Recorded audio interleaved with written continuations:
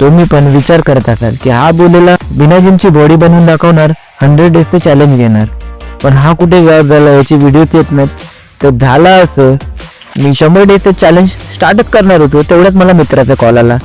तो मला बोलला कॅली पार्कमध्ये कोचिंगची जॉब आहे, ती करणार का? आता माझं असं झालं की गार्डनमध्ये जी गोष्ट मी फ्रीमध्ये शिकवतो तीच गोष्ट शिकवायची, मला पैसे भेटतात तर का करू नये, आणि ते वर्कआउट करायला पण भेटेल. पण थोड्या वेळानंतर आठवलं की यार, मी तर माझ्या यूट्यूब ऑडियन्सला प्रॉमिस केले की बिना जिमचं वर्कआउट करून दाखवणार. आता जर मी कॅली पार्कला गेलो आणि तिथे वर्कआउट करायला लागलो तर मग हे असं होईल की मी सांगितलं विदाऊट इक्विपमेंट आपण डोक्याचा वापर कसा करून बॉडी बनवायची, पण मी स्वतःच कॅली पार्कमध्ये जाऊन बॉडी बनवतोय, आणि हे मला काय बरोबर नाही वाटलं. म्हणून याच्यात जाऊ की नको हाच विचार करता करता खूप दिवस गेले माझे.